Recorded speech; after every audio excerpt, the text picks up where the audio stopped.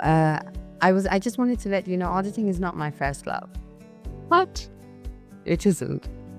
Cooking is. Cooking. Aha.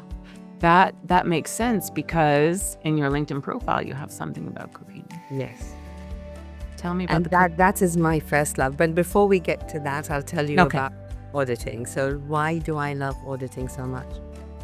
I think it's because it gives I like the part of transparency and integrity. And I think that comes down to me genetically. And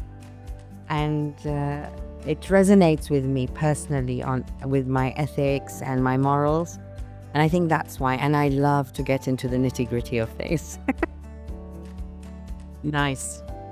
I love that it for me, it's about positive change. And I think internal auditors are well positioned to facilitate positive change within their organizations.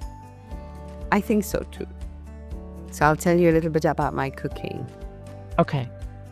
So I've always loved cooking. So before I went into finance, I was actually going to go to Lausanne University in Switzerland to study, to become a chef. And I worked in a hotel and I chopped carrots as they make us do. Like in auditing, when I first started, they made me make tea and photocopy. Back in the day. Now they don't do that to the trainees, audit trainees. No. But back in the day, we were given very unrelated jobs to do, and we had to do them. And my mentor told me that's what he did. And I listened to him and I did that. But I did question everything that everybody asked me to do. So unless I understood it fully, I didn't do it.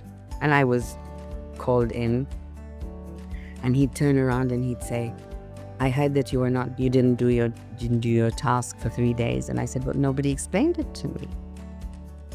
And he said, what do you mean nobody explained it? I said, they told me to do this, like the test for management expenses.